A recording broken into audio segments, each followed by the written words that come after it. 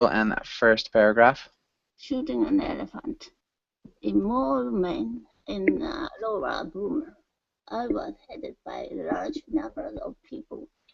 That the only time in my life that I have been enough for this to happen to me. I was sub-divisional police officer of the town, and in an aimless, a very kind of way, anti-European feeling was very bitter. No one had gun,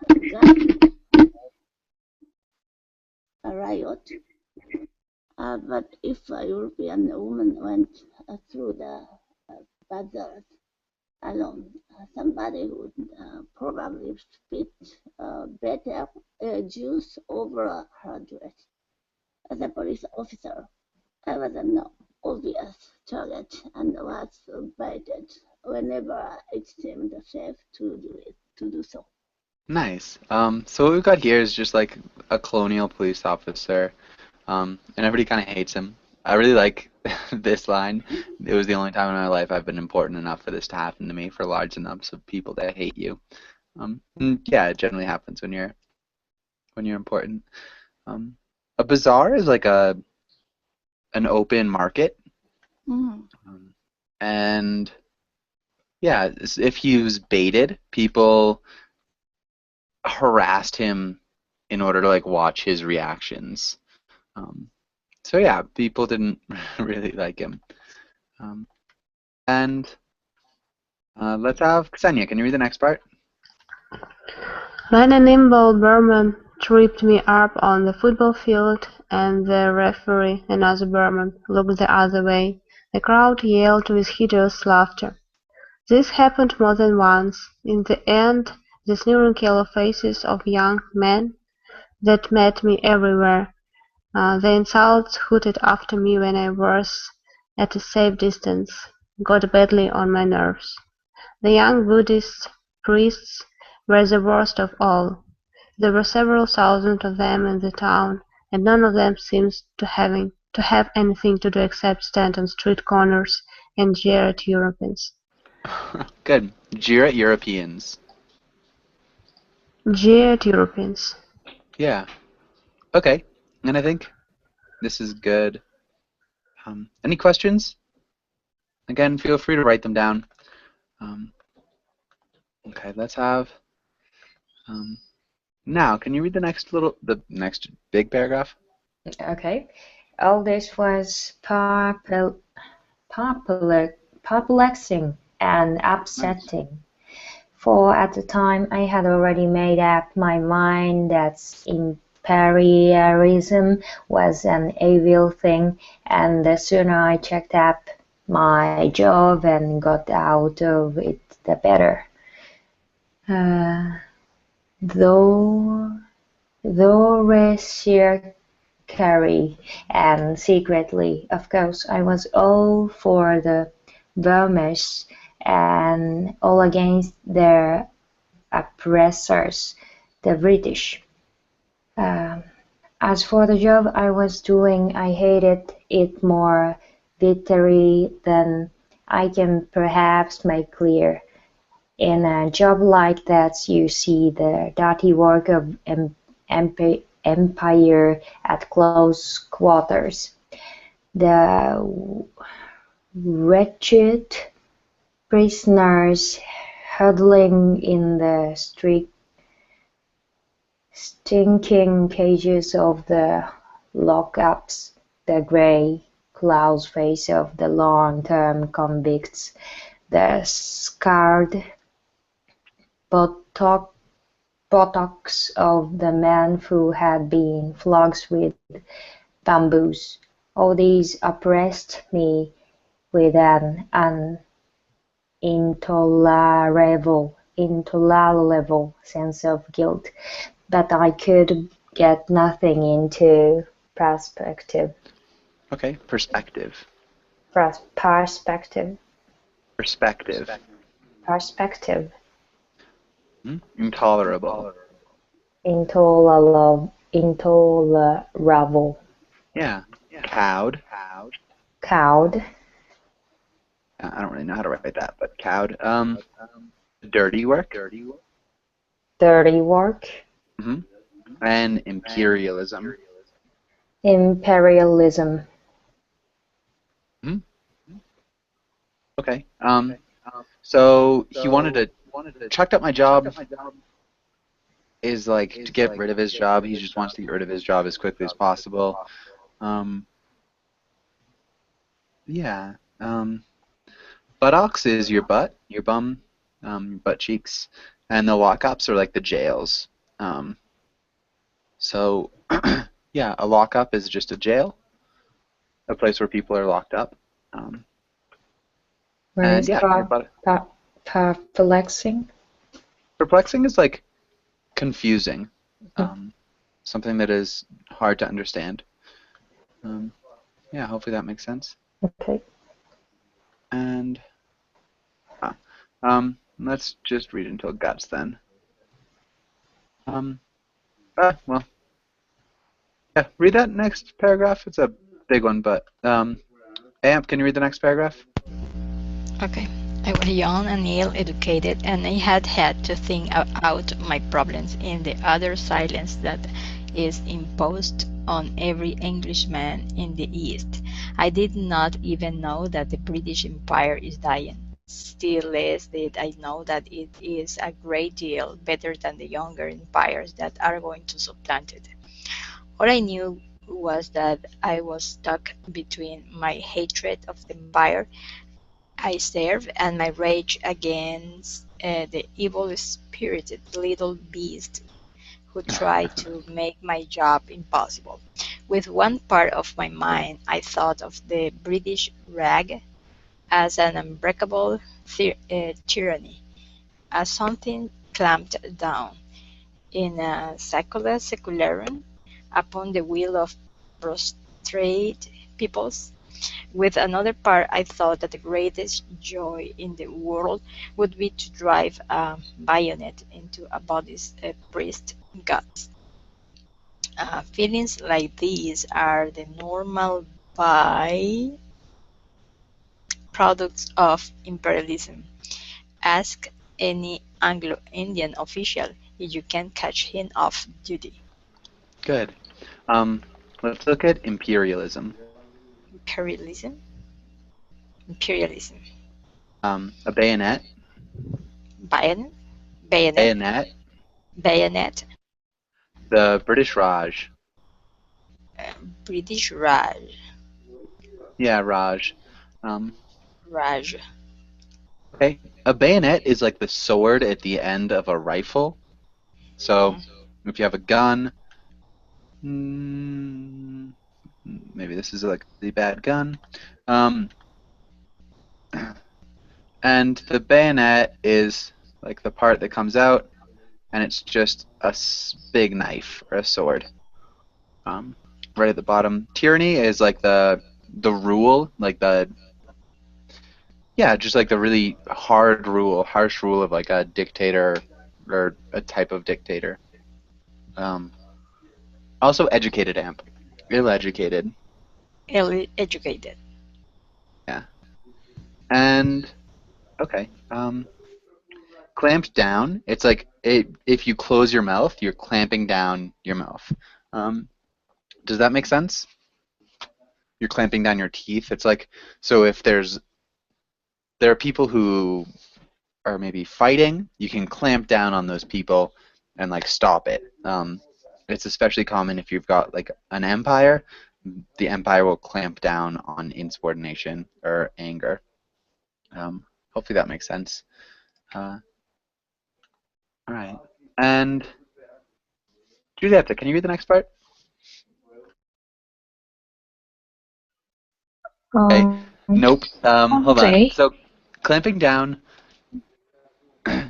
So if there's a riot in one section of town, the government might clamp down on the riot and send in a lot of police and military to make it stop. If you clamp down on something, you're making it stop. You're like closing the space that it can act in. Okay. Does that make sense? Yes. Okay. All right. Yeah, go for it, Julieta. One day something happened which, in a roundabout way, was enlightening.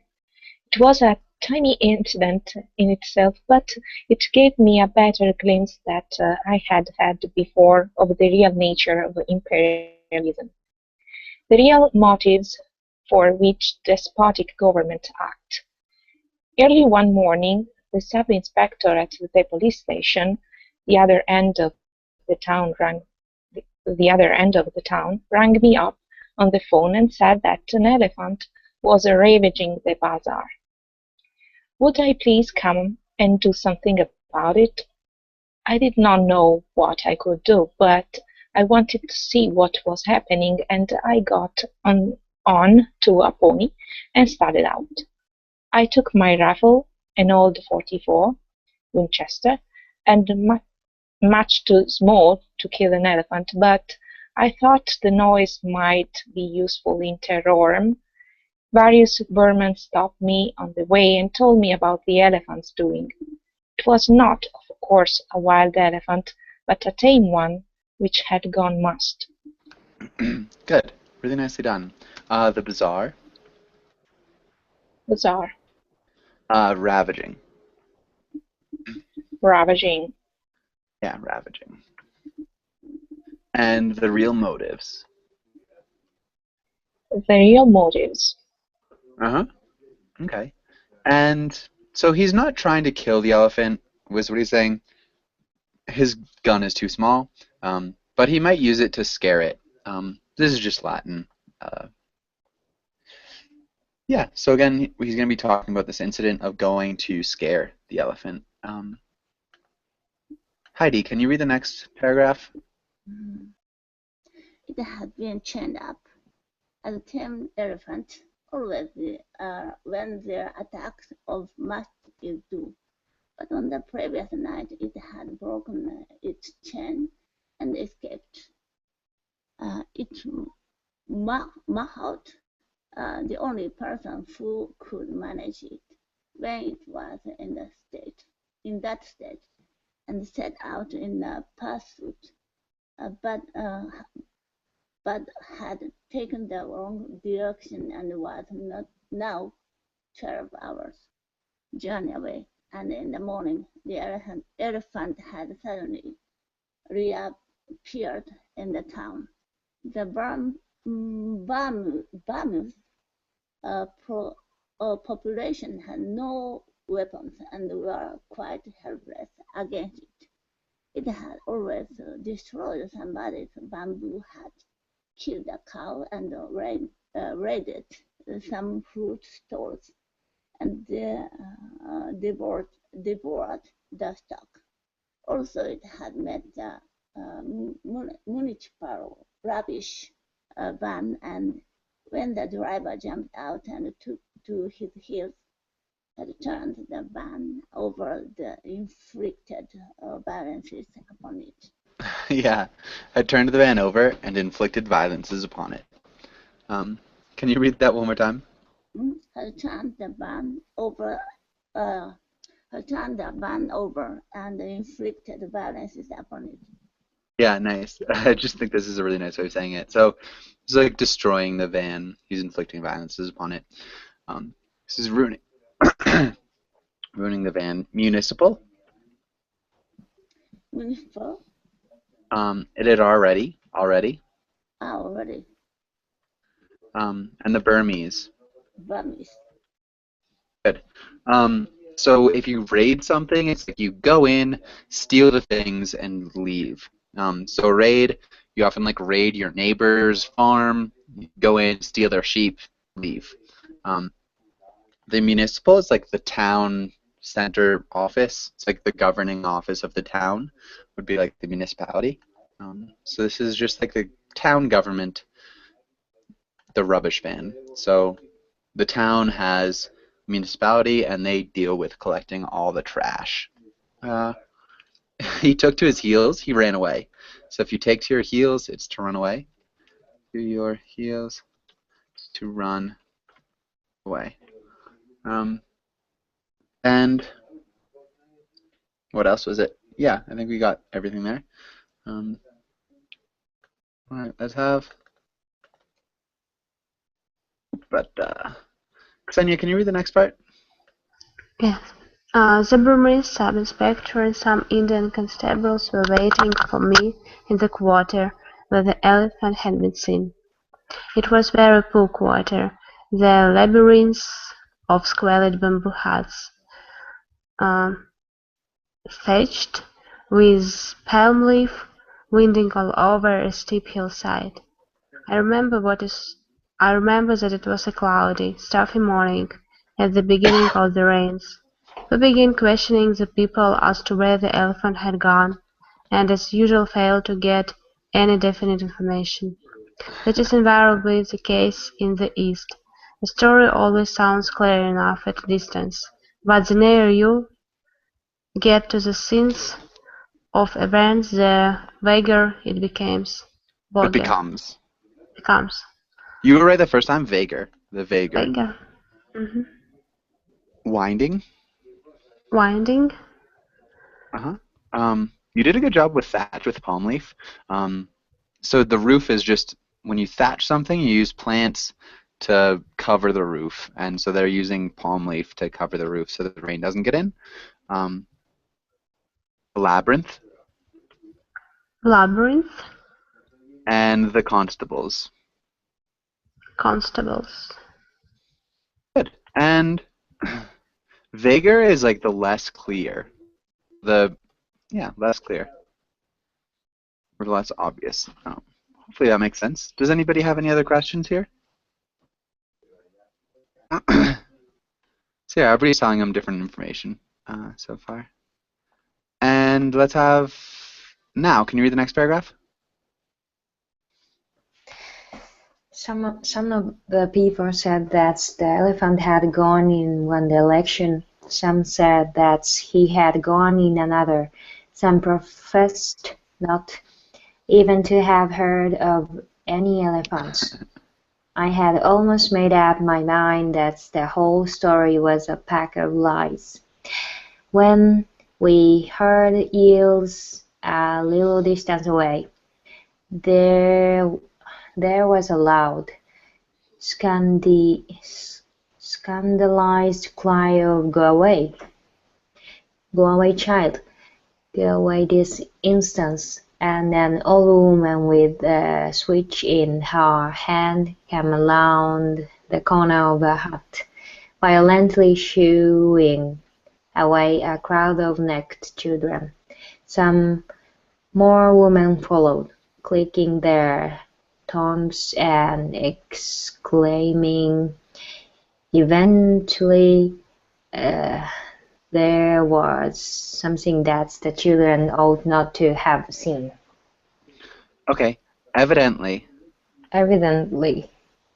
It was like apparently. So it was to be seen that there was something that they shouldn't have seen. Okay. Naked. Naked. And scandalized. Scandalized. And yells. Yells. Yeah. A switch is like a whip. It's like a stick that you use to hit things. Yeah, so you can switch somebody. It's just like hitting them with a stick that kind of bends. It's kind of like a whip. Not as long. Not even close to as long.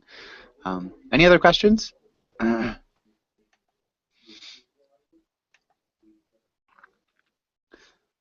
Okay, and this is a long one. Let's cut it in half. Am, can you read the first part of that paragraph? I rounded the hut and saw a man's dead body sprawling in the mud. He was an Indian, a black Dravidian coolie, almost naked, and he could not have been dead many minutes. The people said that the elephant had come suddenly upon him round the corner of the hut, caught him with its trunk, put its foot on his back, and ground him into the earth.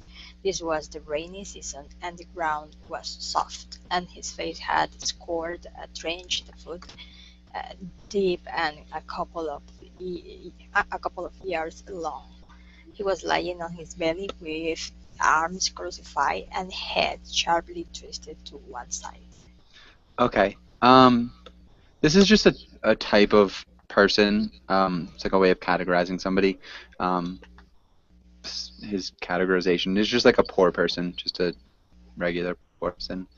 Word is like cut. You did a really good job with your pronunciation there too. Yeah, and so this guy's dead. Any other questions on this part? All right.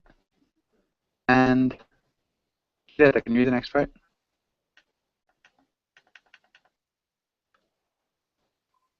His face was coated with mud, the eyes wide open, the teeth bared and grinning with an expression of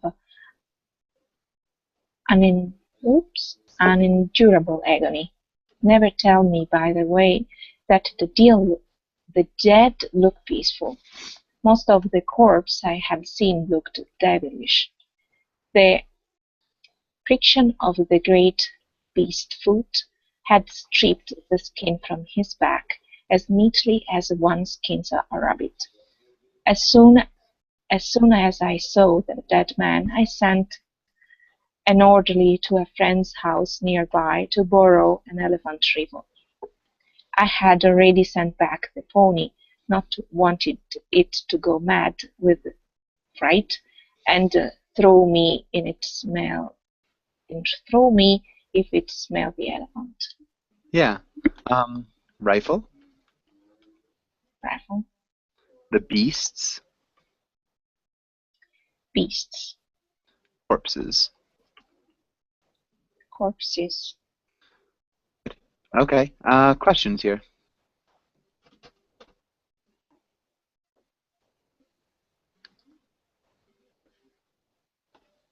All right. And Heidi, can you read the next part? The orderly came back in a few minutes with a rifle and 5 cartridges, and meanwhile some Burmans had arrived and told us that the elephant was in the paddy fields below, only a few hundred yards away. A few hundred yards away. As I started forward, practically the whole population of the quarter flocked out of the houses and followed me. They had seen the rifle and were all shouting excitedly that I was going to shoot the elephant. They had not shown much interest in the elephant when he was merely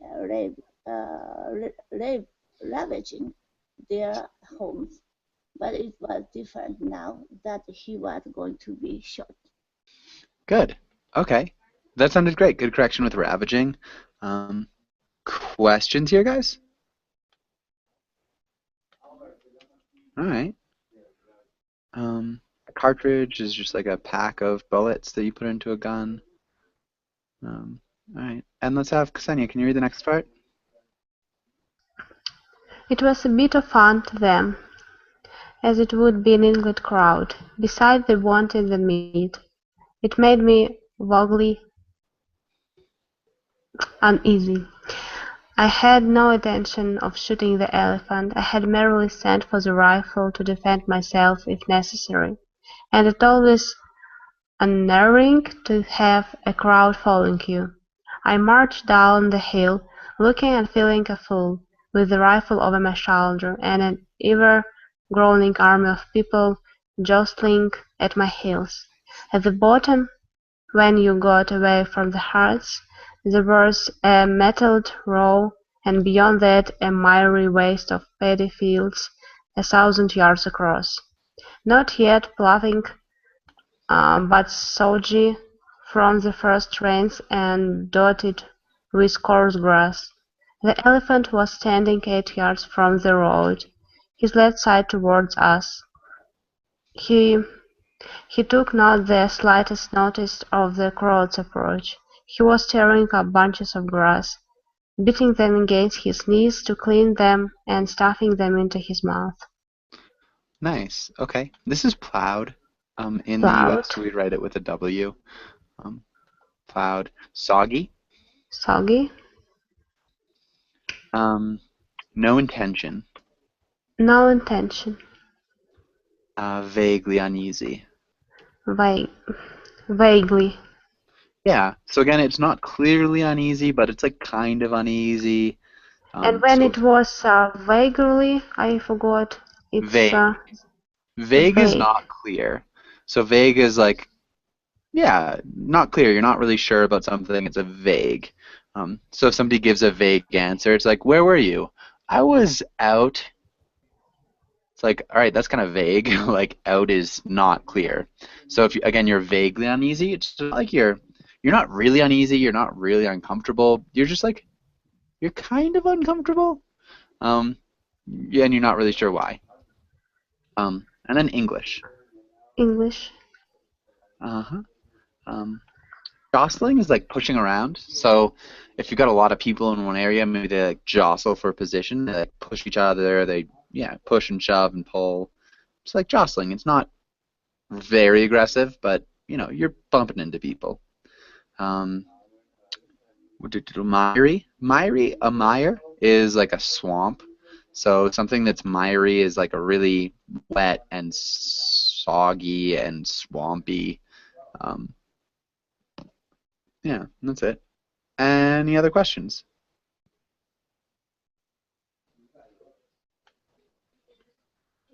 Okay. And let's have Sunny, you just read that? Now, Yes, it was me. can you read the next part? I had halted on the road. As soon as I saw the elephant, I knew with perfect certainty that I ought not to shot him. It is a serious matter to shoot a working elephant. It is comparable to destroying a huge and costly pieces of machinery, and obviously one ought not to do it if it can possibly be avoided. And at the distance, peacefully eating, the elephants looked no more dangerous than a cow. I saw then, and I think now that this attack of must was already passing off, in which case he would merely wander harmlessly about until the mahout came back and caught him. Moreover, I did not in the least want to shoot him. I decided that I would watch him for a little while to make sure that he did not turn savage again and then go home. Good. Okay. Merely. Merely. Merely. Good. A costly piece. A costly piece. I ought not to shoot him. I ought not. Certainty. Certainty. Nice. And okay, good. Questions here.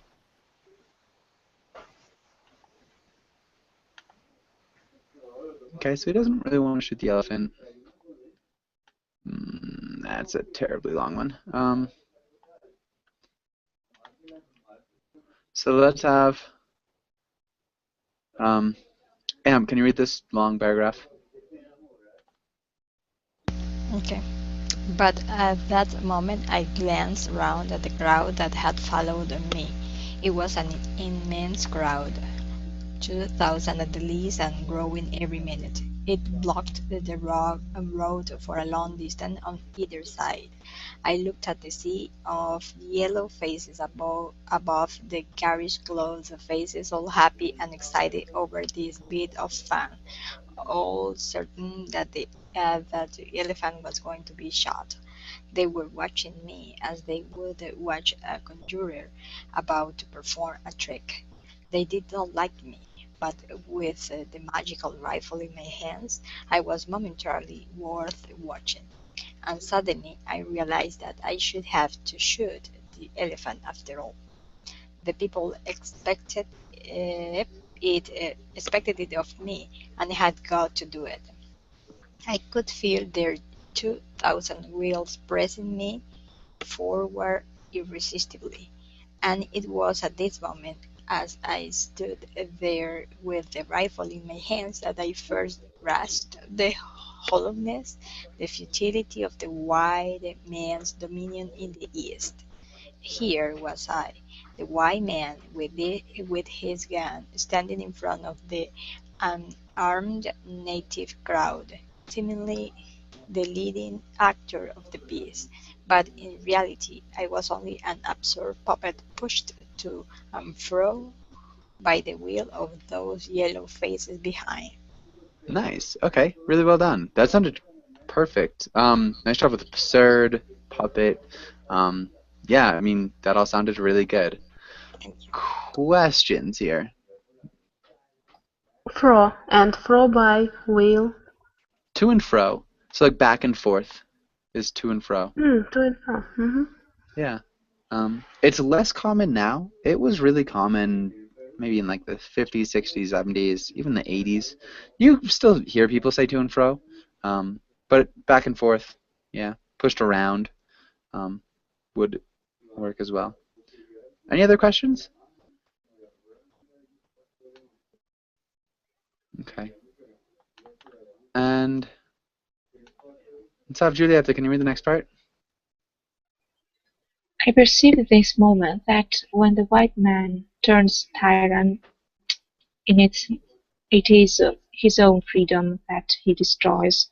He becomes a sort of hollow, posing dummy, the conventionalized figure of a sahib.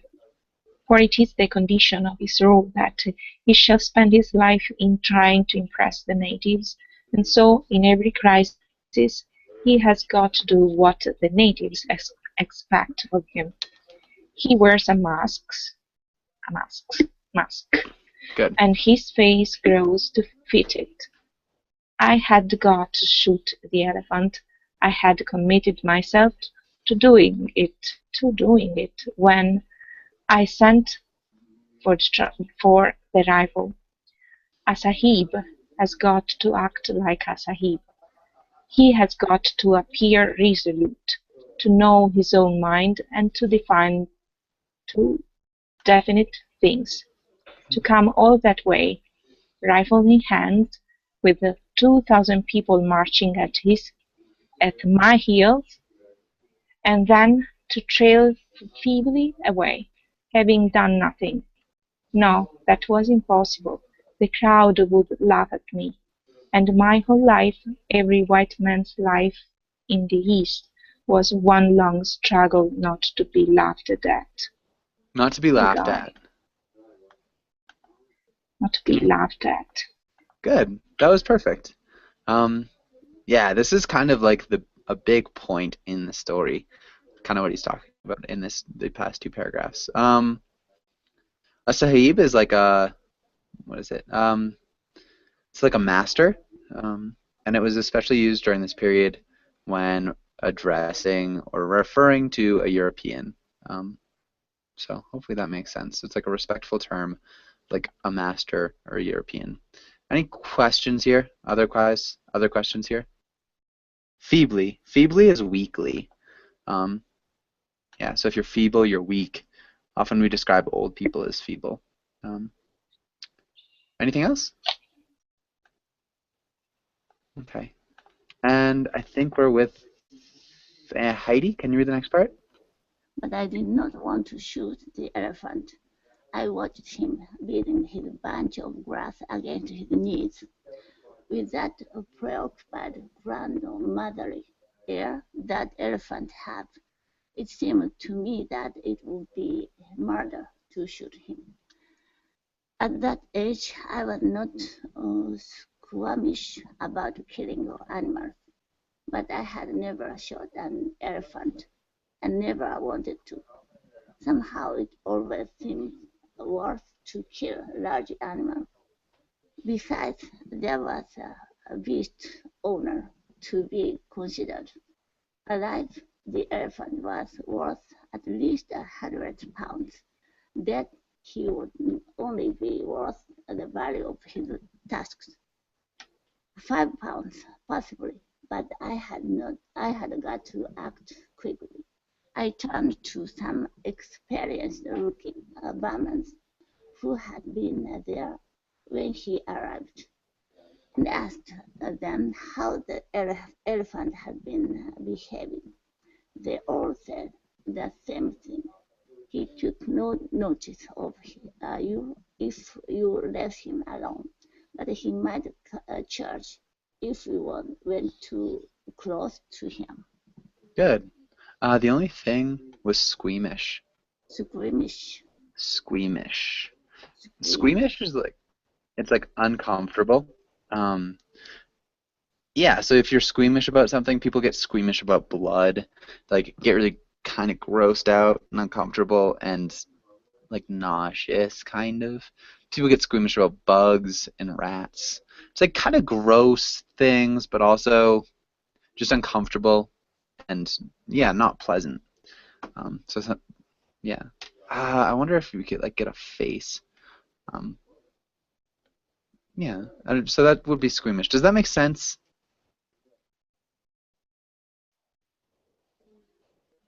Hopefully. Yeah. So squeamish is just like uncomfortable and kind of gross. Okay. Hopefully that makes sense. And any other questions?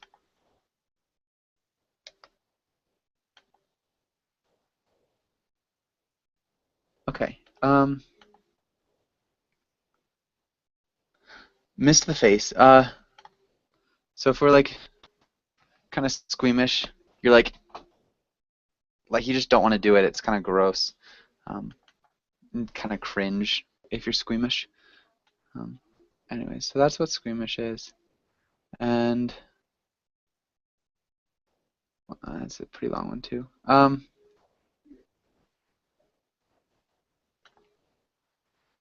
Sorry. Let's get there. And Ksenia, can you read the next part?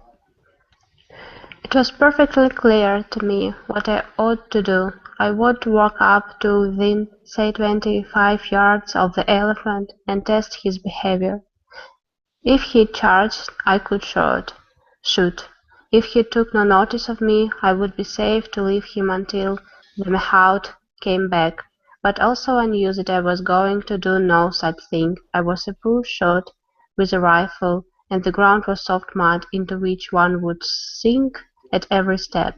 If the elephant charged and I missed him, I should have about as much chance as a toad under a steamroller.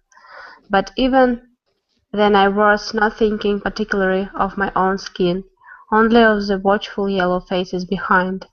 For at that moment, with the crowd watching me, I was not afraid in the ordinary sense, as I would have been if I had been alone. Nice. Okay. I would say the mahout, but again, I'm not really sure, so it doesn't really matter. That was good. Questions here?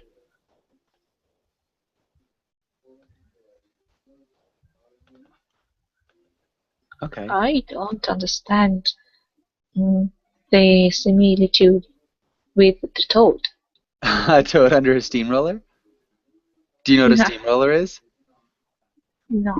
Okay, so when you're paving a road, you have a steamroller, and it's like a big truck, and what it has is like just a big wheel that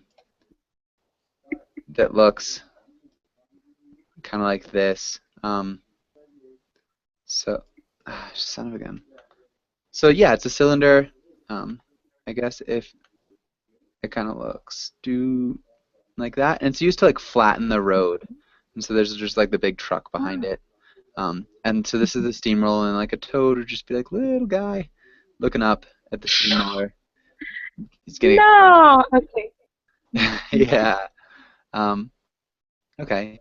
And any other questions? Yeah, so he's like, he should approach the elephant and see what the elephant does before he shoots him, but he's like, I'm not going to do that because I don't want to be a toad under a steamroller. Now, can you read the next part? Sure. White men mustn't be frightened in front of natives, and so, in general, he isn't frightened. The solo thought in my mind was that if anything went wrong, those 2,000 Burmans would see me pursued, caught, trampled on, and reduced to a grinning corpse like this Indian up the hill. And if that happened, it was quite probable that some of them would laugh. That would never do. There was only one alternative. I shoved the cartridges into the magazine and lay down on the road to get the better arm. The clouds grew very still, and a deep, low, happy sigh, as though people who see the throttle curtain go up at last, Good. breathed from innumerable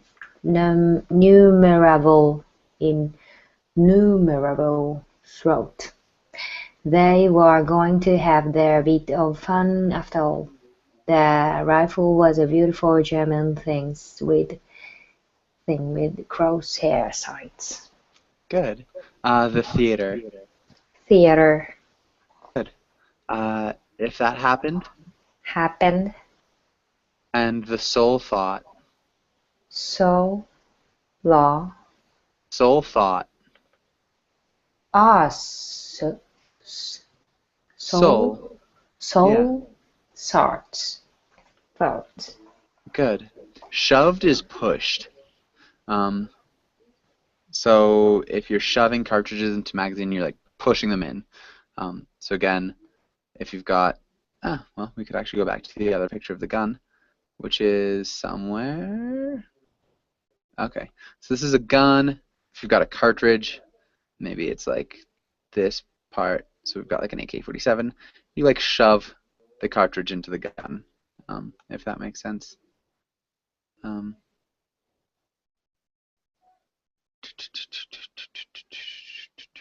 Okay. Any other questions here? Okay. The magazine. The magazine is like the cartridge. So a cartridge actually is the case of the bullet, actually. The magazine is what holds the cartridges. The cartridge is what holds the bullet. Sorry. So if you're shoving a cartridge in, you're putting a bullet into the gun. The crosshair is like the sights, yeah. So the crosshair is, So if you've got like a circle, the crosshair is the thing that like points it out where you're gonna shoot. It's like the aim. Those are the crosshairs. Any other questions? Okay, so again, it's what you look down in a gun, just to see. And hopefully that was good. Amp, can you read the next part? Yeah, read these next two paragraphs so we can get to the end. I did not then know that in shooting an elephant one would shoot to cut an imaginary bar running from ear hole to ear hole. I ought, therefore, as the elephant was sideways on, to have aimed straight at his ear hole. Actually, I aimed several inches in front of this, thinking the brain would be further forward. When I pulled the trigger, I did not hear the bang or feel the kick. One never does when a shot goes home. But I heard the devilish roar of glee that went up from the crowd. In that instant, in too short of time, One would have thought, even for the bullet to get there, a mysterious, terrible change had come over the elephant. He neither stirred nor fell, but every line of his body had altered. He looked suddenly stricken, shrunken, immensely old, as though the frightful impact of the bullet had paralyzed him without knocking him down. At last, after what seemed a long time, it might have been 5 seconds, I dare say, he sagged flabbily to his knees. His mouth slobbered. An enormous senility seemed to have settled upon him. Nice. Okay. That sounded really good. Nice job with the slobbered, sagged flabbily to his knees. Nice job with senility. Questions here.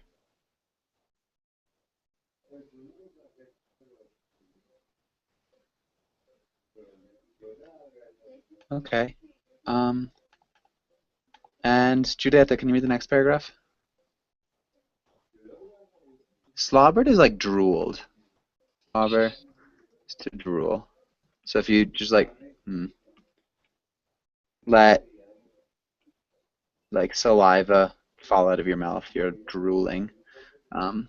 You're slobbering.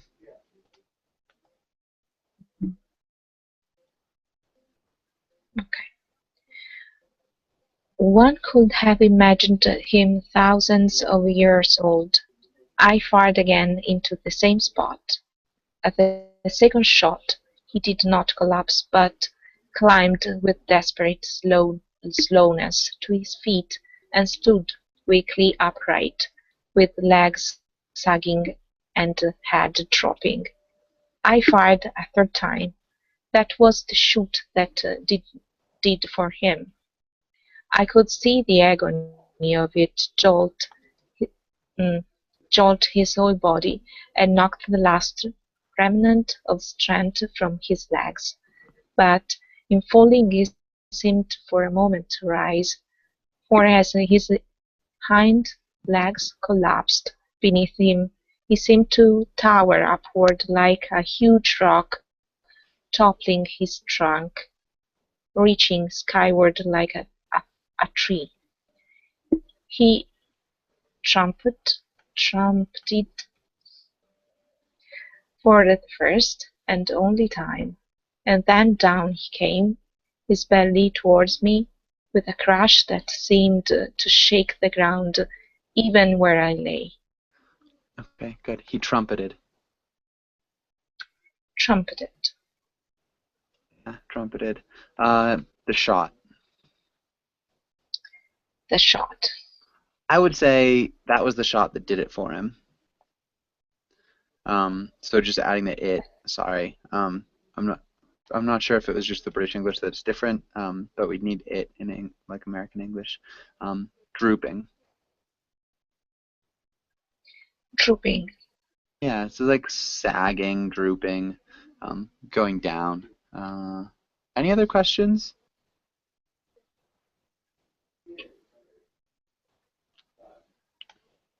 All right. And Heidi, can you read the next part? Maybe read the next. Yeah, read the next part. Read the next paragraph. I got up. The Brahmins were already racing past me across the mat. It was obvious that the elephant would never rise again, but he was not dead. He was breathing very rhythmically with long rattling gasps. His great mound of the side painfully rising and falling. His mouth was wide open.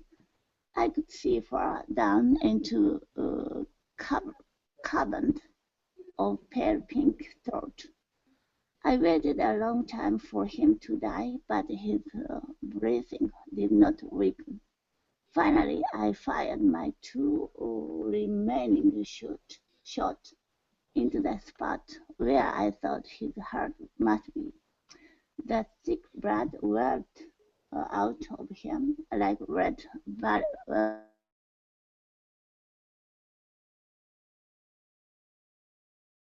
The bear hit him when the shot hit him.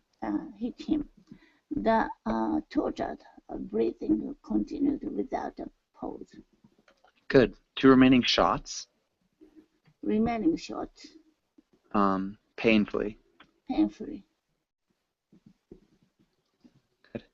Good. Questions here? The mound. It's like a hill. A mound is a small hill. So we've got a mound and a hill, and then we've got a mountain. So mound, hill, mountain. Mound is like a really small, kind of like bump.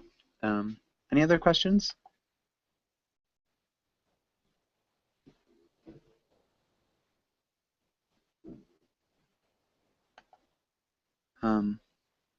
Okay. And Ksenia, can you read the next 2 little parts? He was dying very slowly and in great agony, but in some world remote from the where not even a bullet could damage him further. I felt that I had got to put an end to the dreadful noise. It seems dreadful to see the great beast lying there, powerless to move and yet powerless to die, and not even to be able to finish him. I sank back for my small rifle and poured shot after shot into his heart and down his throat. They seemed to make no impression. The tortured gasps continued as steadily as the ticking of a clock.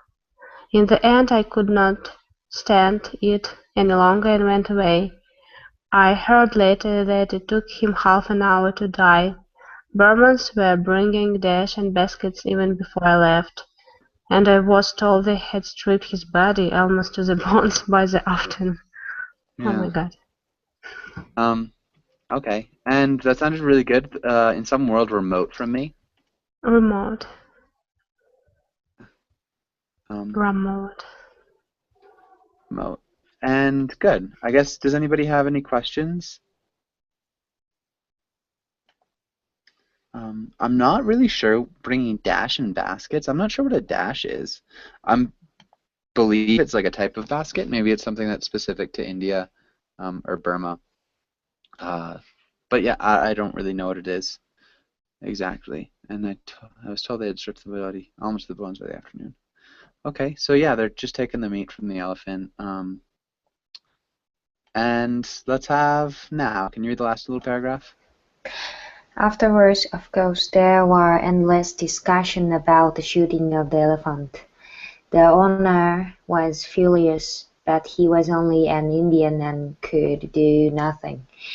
Besides, legally, I had done the right thing, for a mad elephant has to be killed. Like a mad dog, if its owner fails to control it. Among the European, opinion was divided. The older man said I was right. The younger man says it was a damn shame to shoot an elephant for killing a coal, because an elephant was worth more than any damn calling. And afterwards I was very glad that the collie had been killed. It put me legally in the rights, and it gave me a sufficient pretext for shooting the elephant. I often wondered whether any of the others gasped that I had done it solely to avoid looking a fool. Yeah, solely. Solely. Yeah. And grasped? Grasped. Pretext? Pretext. And the right thing? The right thing. Furious. Furious. Good. Okay. Really well done. Yeah, this is a really famous essay. Does anybody have any questions here?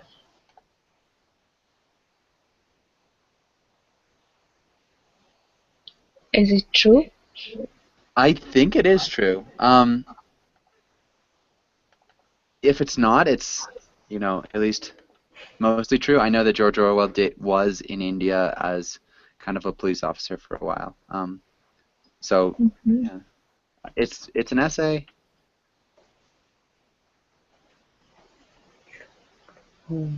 Yeah, so I do think it is a true story.